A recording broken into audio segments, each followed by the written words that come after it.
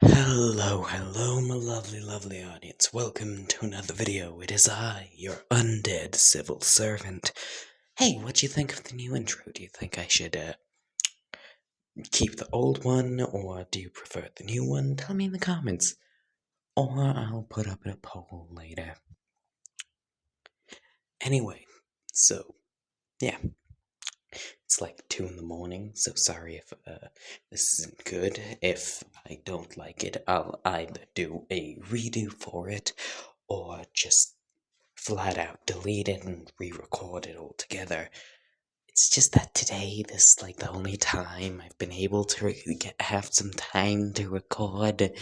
Today's been hectic, and I've been itching to record something all week. So yeah, there we go. Also, you know what? Nah, no idea. Okay, in the previous video, I had a few suggestions. Well, got a few. You know what? Nah. You know what? I've already brought it up, so might as well. Okay, sorry I'm being so indecisive. Once again, I'm tired. 2 in the morning. So I got a few suggestions last video. Thank you for the suggestions. I quite enjoyed them. I will hopefully do them in the future. I just don't really have any ideas for them. Yeah. Simply put it, I don't really have any ideas for him, and I don't really like putting out stuff that isn't good or finished or even really baked. So, yeah. Once again, sorry about that. If it was like me a year ago, I would just record the video to make y'all happy. But, like, no. I don't want to put out something that isn't good. Okay, I want my content to at least be half decent, and normally I'm not proud of my content. That's mainly because I have severe anxiety when it comes to these things. So, yeah, just want y'all to know that all the support you give does mean a lot, honestly. But, yeah, it at least needs to feel good. Like, after I recorded a couple of minutes to 10 to 20 minutes after. Because if I don't like it, like, that time after, it isn't good. Like, that's usually before my anxiety kicks in. Like, it takes a couple of days for that. But, yeah. Let's just get on with the video now. What if starts with a man running down an alley. He would turn a corner into a dead end. He would hear footsteps behind him and a scraping against the walls. He would turn around and back up against it, pressing his body against it, as he would say, "Don't come any closer. I'm a retired pro hero. I could." You don't seem like one, do you? What?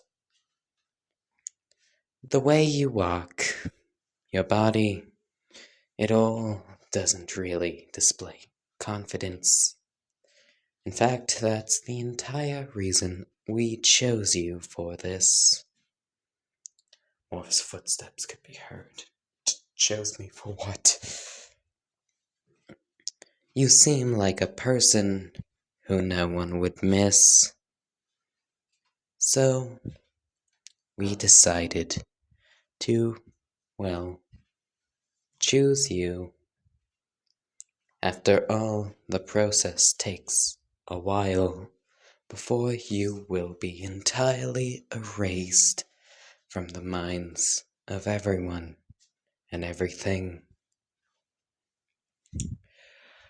Before the man stands a figure draped in shadow, the light obscuring its features or face, but it's tall, with 4 fingers. It's running its said fingers across the walls as it walks forward to him. There's a scraping as its seeming claws slowly scratch against the bricks and the pavement. You won't be missed for the few hours you will be gone. Feel glad your meaningless existence is going to be used to perpetuate one far superior to your own. But I am a retired pro hero. Sure, I didn't really make the rankings, but the man would reach forward, his hand engulfing in flames, and while the figure would reach, the hand that isn't against the wall forwards in kind. They would stand there for a few moments before a pink type of glow would emit from the shadowy figure's hand, illuminating it a bit. Its eyes would glow too. Its face would become illuminated, squid-like and pink in nature. The man who was chased into the alley, his body would tense up and the flames would disappear. What is... Like I said, you are pathetic, and no one will miss you. And we cut. We change scenes. Song used in this video is Empath P. Lullaby of the False Hydra by Empath P. I will leave a link in the description. YouTube, please don't demonetize me again. It doesn't really affect my channel since I don't make money off this, but it's annoying. Anyway, yeah. I'm just gonna keep quiet for a little bit whilst this gets going a bit.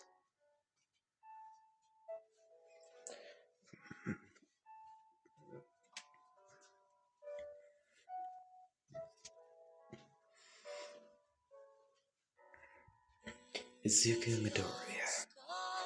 He lay there in a soft, motherly embrace. A woman, her face, obscured because her hand covers his eyes, and for you, her face is obscured by her hair, would hold him. He would, his chest would rise, fall rhythmically as he lay in a bed of white flowers. He feels comfort.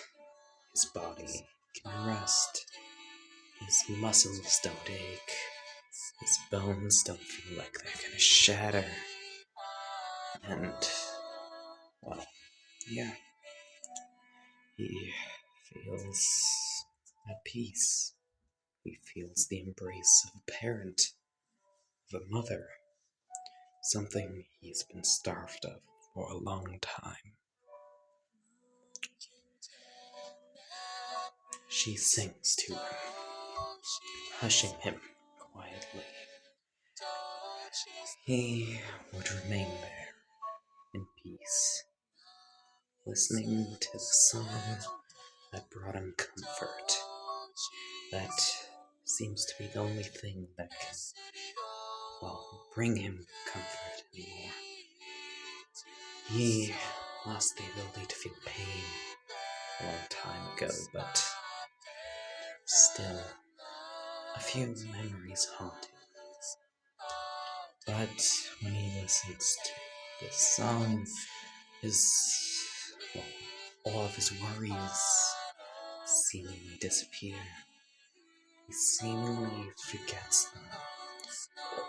All the pain, all the fear he's felt, he seemingly forgets once he hears the song.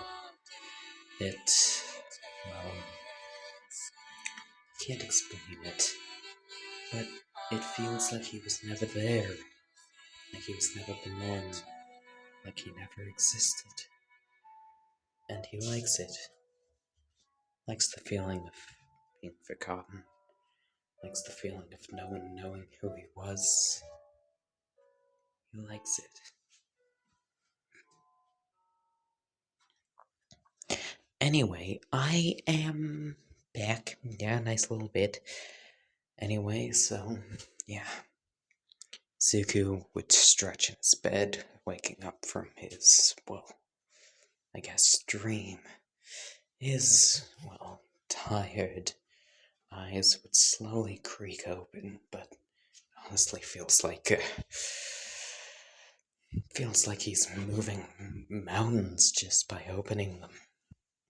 He would look to the side and see, well, the sun, well, his boarded up window, as he would stir on the floor of his room, seemingly entirely converted into one massive bed by method of stitching together multiple mattresses. Claw marks lined the walls of his room. As well, he would turn to look at them, smiling softly.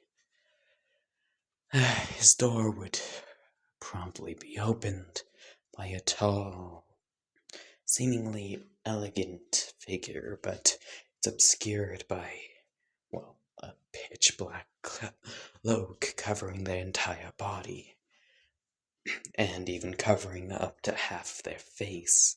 You know the, classic vampire collar? Imagine if that went all the way around. Imagine if, Batman took off his helmet and had that kind of collar going all around and walked in with his cloak, completely covering him. Yeah, that's what just walked into Izuku's room. Well, with red eyes and black hair. The eyes are slit. The pupils, I mean. The individual would speak. Father, the children, the younger ones are being, well, rambunctious. You know what, I'll just help you up. The figure would say, walking to Izuku and picking him up, just fucking grabbing him bridal style. Well, Izuku's form is quite interesting, to say the least. He seemingly has a type of crest or large horn on his head that forked off at the end into two other ones, kind of like a rhinoceros beetle. Along with that, his figure was pretty small for his age, considering this is the start of the anime, but if anything, he looks more like he's 8 or 7 years old. Along with that, his skin is pale, and his body looks somewhat malnourished, despite the fact he's been eating well recently. He has heavy bags under his eyes, and, well, his eyes are red and cracked, seemingly symptoms of insomnia. As Izuku would say to the figure, Toshi, you don't need to do this. I can get up on my own and get dressed, and then we can... No, you can't. Toshi would say, in turn, look, you haven't even taken your medicine this morning. Let me just help. It hurts seeing you like this, alright? Izuku would nod in his arms and say, yeah, I guess I don't have to get dressed this morning, but I still need to get ready for school. You know, don't want to look bad on the first day of UA, of all places. Still can't believe I got in. Toshi would chuckle, carrying Izuku out of, well, his mattress room. Well, the entire floor is one big mattress, so it's the mattress room, but he would carry him out of the room, saying, Yeah, honestly, I thought they would bullshit us, being like, oh, your kids, like, scored everything, so they get into UA, but you can't. I guess, quirkism can only go so far when the principal of, well, said school has a mutation type quirk. Zuko would sigh, saying, yeah, I guess so. In case you're curious, Toshi is like 6 foot. Like, not even like on the smaller ends of 6 foot, he's like 6'8". It makes for very interesting situations in public when this 6'8", seemingly like 20-year-old goes to the 8-year-old like, "Father, can I buy this lollipop?" That's funny. But yes, Toshi would carry Izuku down the stairs, revealing an odd set of individuals. There seemed to be 2 mind flayers in the kitchen preparing, well, breakfast. In case you're curious, Izuku lives in an, well, uh, let's just say he lives in a refurbished orphanage that should kind of be a shopping mall right now. Yes, that is a change I made from the original draft of this. It was originally a apartment, but I think an orphanage is more fitting. So, yeah. He lives in a refurbished orphanage, one that's both seemingly abandoned and shouldn't even exist by governmental laws. But yeah, back on topic. 2 mind flayers are in the kitchen preparing, well, what seems to be a stew. And there are 2 more grabbing ingredients and pots for the first 2. Along with that, seemingly 4th dimensional creature that's, well, I will simplify its existence since it's kind of impossible to imagine a 4th dimensional being. Imagine, like, it's. You know a slinky? Imagine if a slinky. You know when you put the front and back ends of a slinky together? Yeah, it looks kind of like that, except it's, kind of blowing up into dust and then reforming. If you get what I mean. Like it's. Yeah, if you get what I mean. It's like an orb. Like a slinky orb thing. The parts that would kind of be the slinky spring are spinning around inside of it like it's a particle accelerator.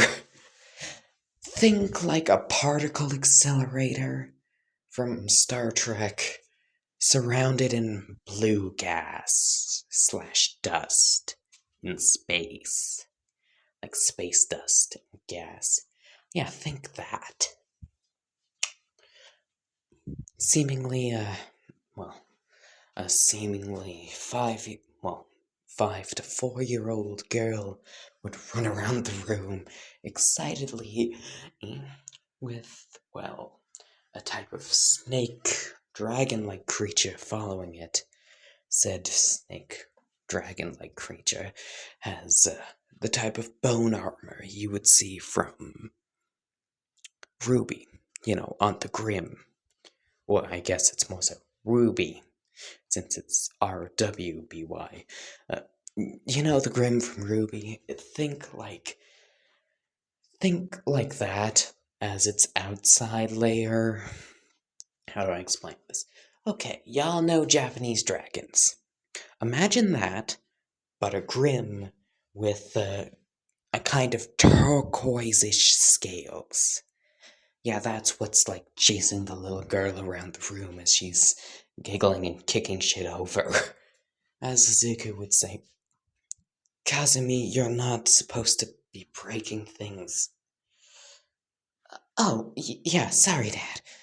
The girl's head would quickly unravel into, well, a mass of tentacles as she would put everything back together that she knocked over. As well, her head would recombine back into, well, the head of a little girl.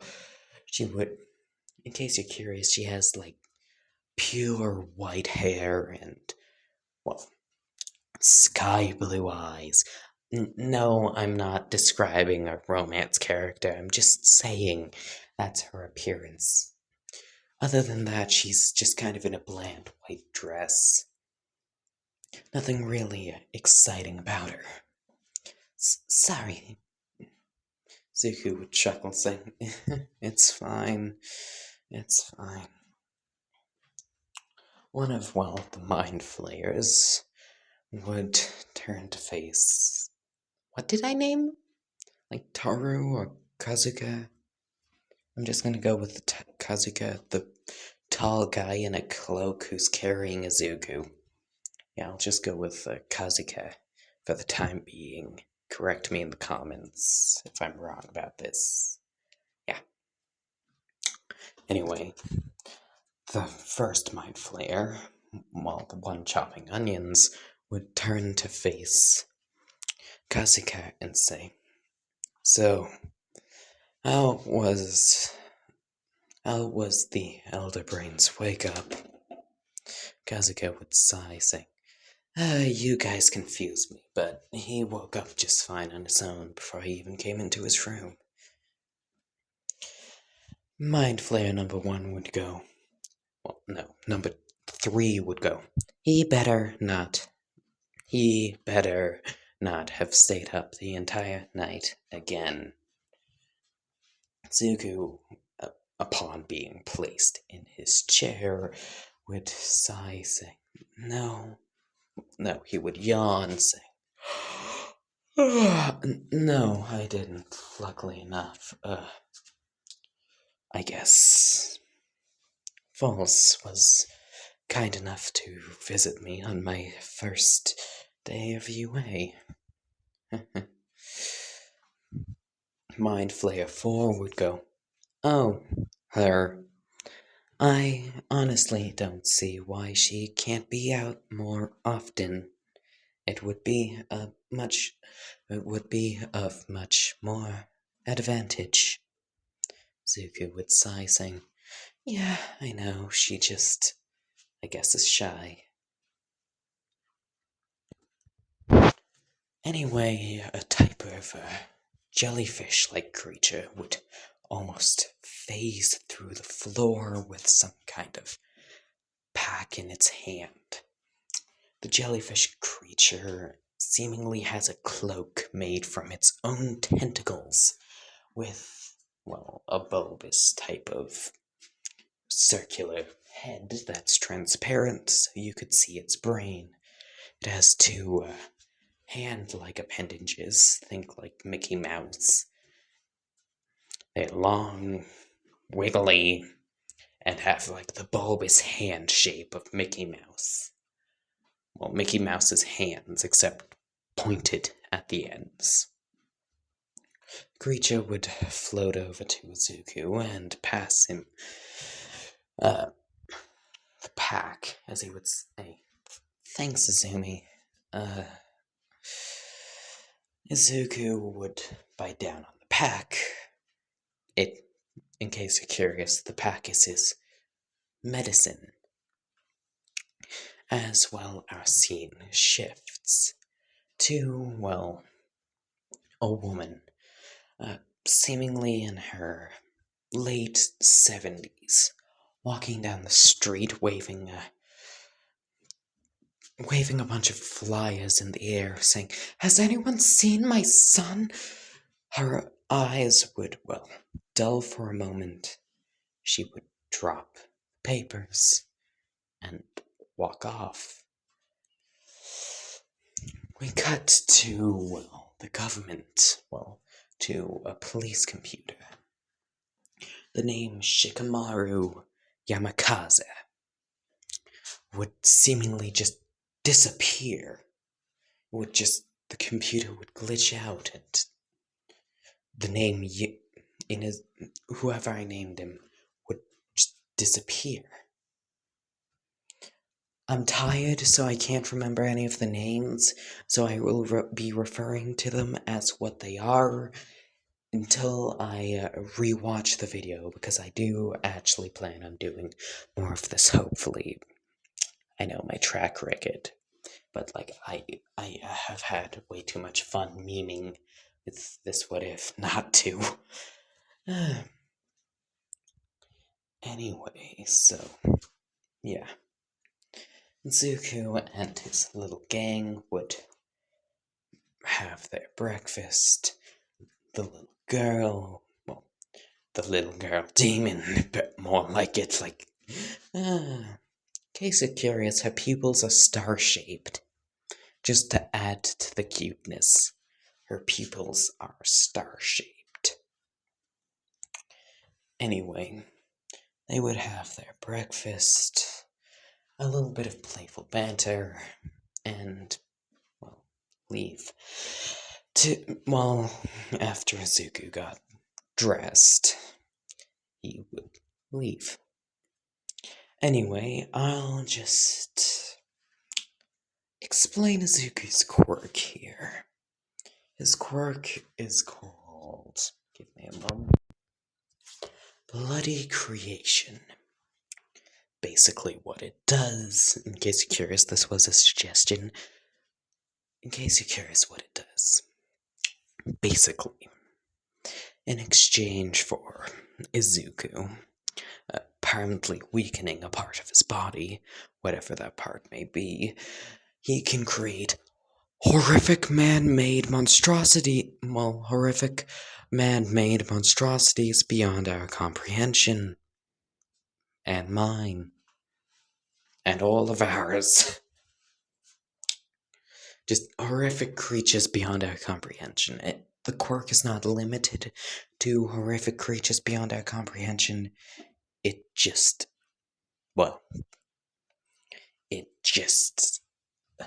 Oh, good grief, brain fart. Izuku just uses it to make horrific creatures beyond our comprehension. He could be making, like, cute puffballs, sentient balls of fluff if he wanted to, but nope. And there's a good reason for his, unique outlook, as he would say. But, anyway, yes, let's just get on to I'd say I'd stop most likely at,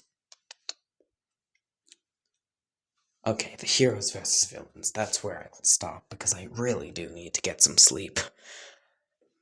I'm gonna post this. Like, I'm actually pretty proud of it so far. Anyway, but yeah. Izuku would eventually, via being carried, be both figuratively and literally, I'll get more in depth of the entrance exam, possibly in a part 2, possibly in this what if, depends. He would eventually arrive at UA, being, like, carried, as he would just say to, the tall one, I'm just gonna be referring to Kazuko, I think. Yeah, that's more rememberable than Kazuka. Wait, did I just remember his name? I think it's Kazuka. I'll just call him Kazuka. Anyway, Izuku would say to Kazuka, set me down, please. I want to walk inside. You know, stretch my legs, my limbs. Please. Kazuka would faintly nod before setting Izuku down on the ground. He would stumble a bit, but grab onto Kazuka's hand and balance himself. As, well, they would enter. Everyone is confused why a child, a tall-ass man, seemingly 4 mind flayers, just right out of D&D, and another small child are doing in UA, but they see Izuku's UA uniform and just assume that they're either illusions or summons related to his quirk. Anyway, Izuku would stand in front of the UA door, staring at it for a few moments before thinking to himself, I guess people with gigantism quirks are more common than you think. Or UA is just more inclusive. Probably the latter. Anyway, Kazuka would open the door and walk in. Everyone would just kind of ignore him, like, oh, just another edgy classmate. Tokoyami in the background just slowly turns to face him upon entering. The movement of his neck perfectly matching up with the door creak, so it sounded like his neck was making the door creaking sound. Tokoyami just instinctively knew another edgy. As well, Izuku would take a step in the classroom, and the entire fucking mood would change. Like a cold sweat would go down Ida, Bakugo, just everyone. Bakugo, who's shaking at this point, would just kind of, something would click in his head as he would just go, Midoriya.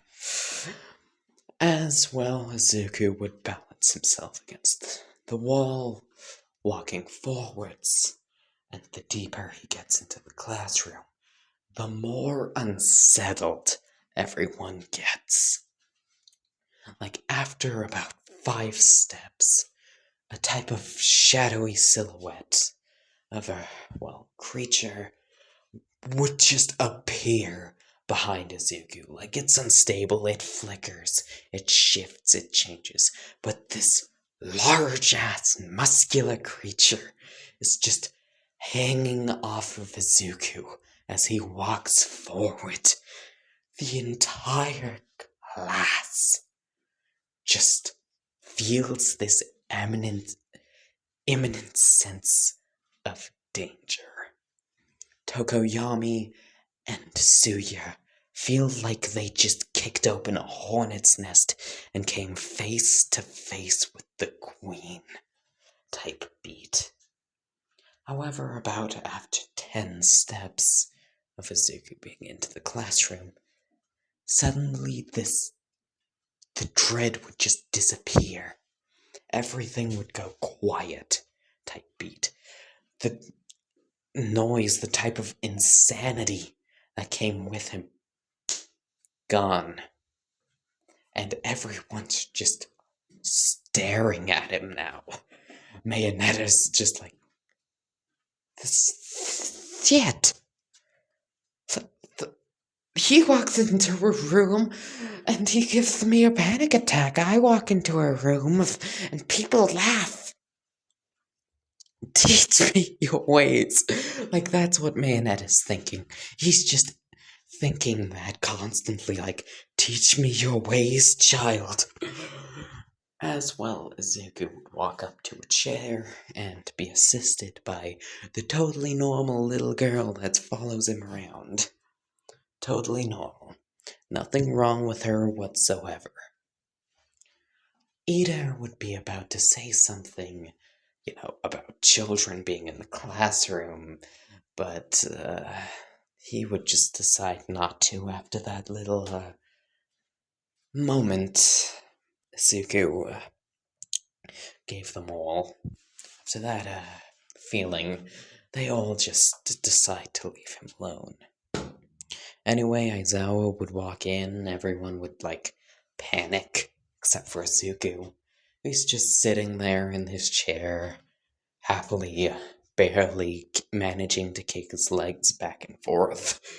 He wants to be normal, so he's, kicking his legs back and forth, but it's actually really straining for him, so he's just sweating. Oh, that's depressing. Anyway, yeah, Aizawa would go on about his whole physical exam thing, quirks are allowed. Ida's like, shouldn't we be going to orientation? As like, Aizawa would just say, look, if you all had such a visceral reaction to the 6-year-old walking into the class, I don't think you could even stand being around the demon rat himself. So get your shit together and get dressed and meet me on the field in 20 minutes. Like, Dinky would just turn to Kirishima and being like, demon rat? Ida would just shiver at the thought of something worse than whatever the fuck he felt when Izuku entered the classroom. Anyway, so yeah, they would all separate, get dressed. Bayonetta's a pervert. Jiro stabs him through the eye. Yada yada. Anyway, the boys in Class 1A are very confused on to why Izuku has a 4-man squad of mind flayers to dress him. Some people think he's, like, just very spoiled. Todoroki and a few others. Others just notice how his body looks like he could fall apart at any moment. Momo, Mina, Kirishima, all of them. So, like, Kirishima would be the first one to break the ice. Like, yo, dude. Not to be rude or anything. Yo, bro. Not to be rude or anything, but you, Zuko would, kind of just cut him off, saying, yeah, I know, my quirk kind of, saps away my physical strength, as he would say, so I need help doing basic things.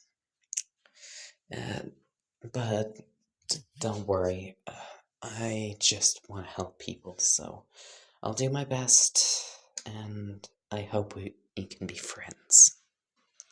Just like everyone in the classroom after that's just like, well, you awkward little child, ain't you cute? Anyway, so yeah, they would go to the field, yada yada yada. Bakugo and all his shit. Zuko would be like, can I have, like, 2 goes at the ball just to see how far I could do it without my quirk? Or do I have to just, Aizawa would sigh and say, yeah, sure, whatever, as long as we can just stay here for, like, another good hour or so we can deal with your crippled butt. Izuku would just sigh and say, I don't know if that was a compliment or not, but thank you. Just cinnamon. Fucking cinnamon. Anyway, obviously Izuku can barely throw a ball. Like, no, he can't even throw a ball. He's a failure as a human. In case you're curious, that's a reference to how humans are basically designed to throw shit. Not like actual shit, but you get what I mean. You can't throw anything. But, yeah. Izuku would just decide, you know what? No, I don't need another go. I don't want to rush anyone, so, yeah. So, yeah, Izuku would get last in everything. Izawa wouldn't really expel him because, like, yeah, it was just a test to see everyone's abilities. And, he learned that Izuku is just way too nice for his own good. Anyway, yeah. After that, schoolwork as usual. Zuko needs help writing letters as the electric jellyfish helping him out. I can't remember the names, so please just tell me in the comments. Anyway, yeah, Zuko would just be alone for a couple of days because, you know, A, he's just honestly depressing to be around. Like, he's so sweet, but he's in so much agony. Well, they assume he's in so much agony. He lost the ability to feel pain after the first kid. Yeah. Anyway, so. Kind of like a very warped pregnancy. Okay, off topic. Yeah, let's just continue. Uh, heroes versus villains. Izuku would, well, turn up. Well, Aizawa had limited him to 3 kids. Yeah, 3 kids. And also had limited, well, you know what I mean, like, he's allowed to use 3 of his, things. 3 of his summons, I guess you would say. In case you're curious, there is more. Like, there is more I haven't mentioned. Those are just kind of like the intelligent ones, I'd say. Yeah, the intelligent ones. Well, the ones that aren't, well, I guess the mind flayers technically are a hive mind, but you know what I mean. Like, they ain't giant-ass cockroaches. So, yeah. You know what? Nah. You know what? Yeah, I already did it, so, yeah. Anyway, heroes vs. villains. Izuku would be paired up with Uraraka to, well, storm the quote-unquote villain base. So, Uraraka is expecting to carry Izuku, both figuratively and literally, like, don't worry, you don't need to do any work, I can handle this. Izuku would just sigh and say, yeah, I know I won't be of any help, but my kids are actually really excited for this, so I think we'll step in a bit, if you don't mind. Uraraka's just like, kids? Izuku would just gesture to the serpent-like creature. It's called Ouroboros. You know, the infinite serpent. There is something... And it is related to what the serpent actually does, but yeah. Also, in case you're curious, Izuku has to actually imagine the creatures he makes. So, he somehow managed to imagine a 4th-dimensional creature. Yeah. Something that's literally incomprehensible. So, once some people figure that out... Look, Tokoyami, look, I'm just gonna say this now, Lunch Rush strikes me as the type of person to value his life. Yeah. Strikes me as the type of person who values his life. So is Mike, in fact. Just kind of people who value their life and are willing to do things to preserve said life. Anyway, so, yeah, that aside, that little cult teaser aside, what? I didn't say anything. I didn't say anything about a cult. You're crazy. Anyway, that aside, let's actually get into it. So, yeah, Izuku would just kind of say, well, gesture for the phasing jellyfish to just kind of follow Uraraka. You know, they would come up with the same strategy as in canon. So, yeah, Izuku would inform Uraraka of the abilities of some of his children. So, yeah, Izuku's gonna be fine. Anyway, the jellyfish follows Uraraka as, well, she runs past Bakugo. Well, Bakugo ignores her, and he charges at Izuku, yelling, I've been wanting to do this for years now! The fact that I've been wanting to beat up a crippled kid says a lot about my upbringing. You know what, I won't dwell on that for now. As he would burst forward, while wanting to attack Izuku, deciding that, UA, the literal safest place on Earth, he's safe from getting jumped. That's all I'm saying, with Izuku's quirk and all. As well, he would launch a spinning explosion at Izuku, slamming his hand down from above and blasting him. However, okay, let's restart. Ouroboros would create a circle motion, biting its tail, as Bakugo would burst forward, spinning in the air in the hallway, and slam his palm down at Izuku. The blast would seemingly connect, but Izuku would be fine. Well, the smoke would clear, and Izuku would be fine. Bakugo, confused, would jump back, launch another explosion at Izuku, and it would kind of fizzle out in the air. Well, fizzle out in the air in front of Izuku, even though it clearly could have hit him. It clearly had the velocity and power to hit him, but it didn't. So Bakugo would jump back and decide to do a little testing. He would burst forward in a burst of speed, obviously, and kick at Izuku. And his kick would move through the air, but seemingly existence would be stacked on top of itself, creating this double effect, as it would do that again and again and again and again and again, and Bakugo's leg would stop moving and just get stuck in the air. As he would start squirming, trying to pull his leg out, but for whatever reason, he can't. He would launch an explosion to blast himself out, and he would kind of start making progress, yanking himself out like he's some kind of cartoon character. Izuku would sigh and say, I'm actually really tired from all this standing. Give me a moment.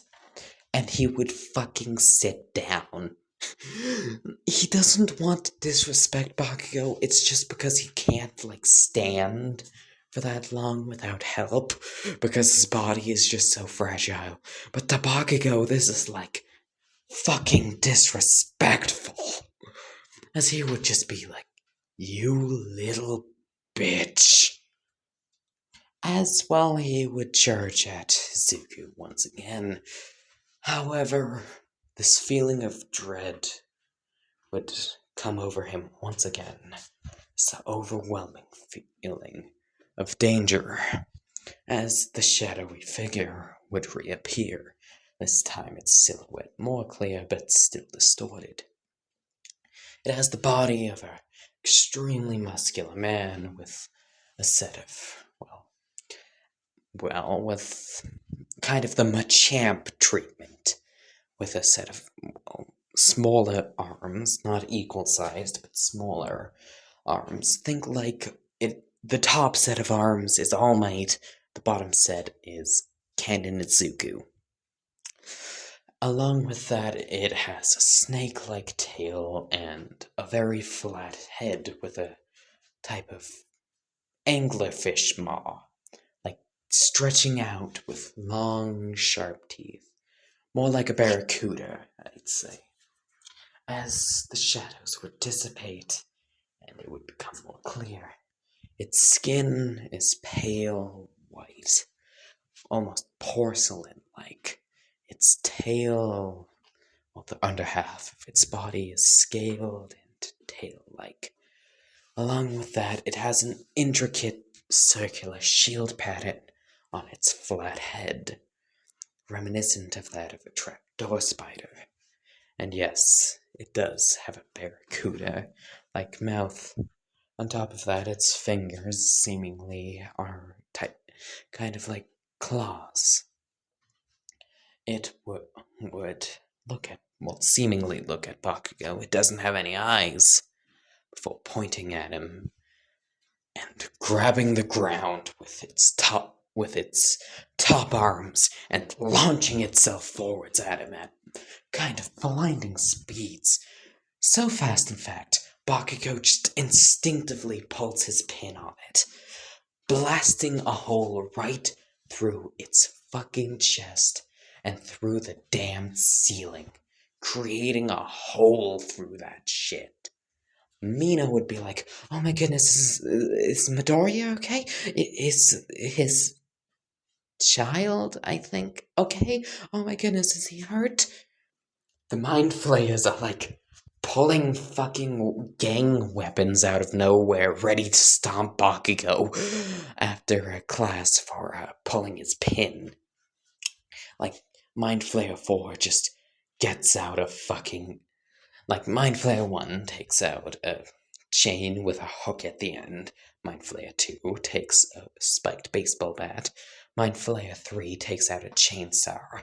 And Mind Flayer 4 takes out some fabric. No water bottle. He isn't gonna water Bakugo. He's more so gonna lightly burn his skin with the fabric.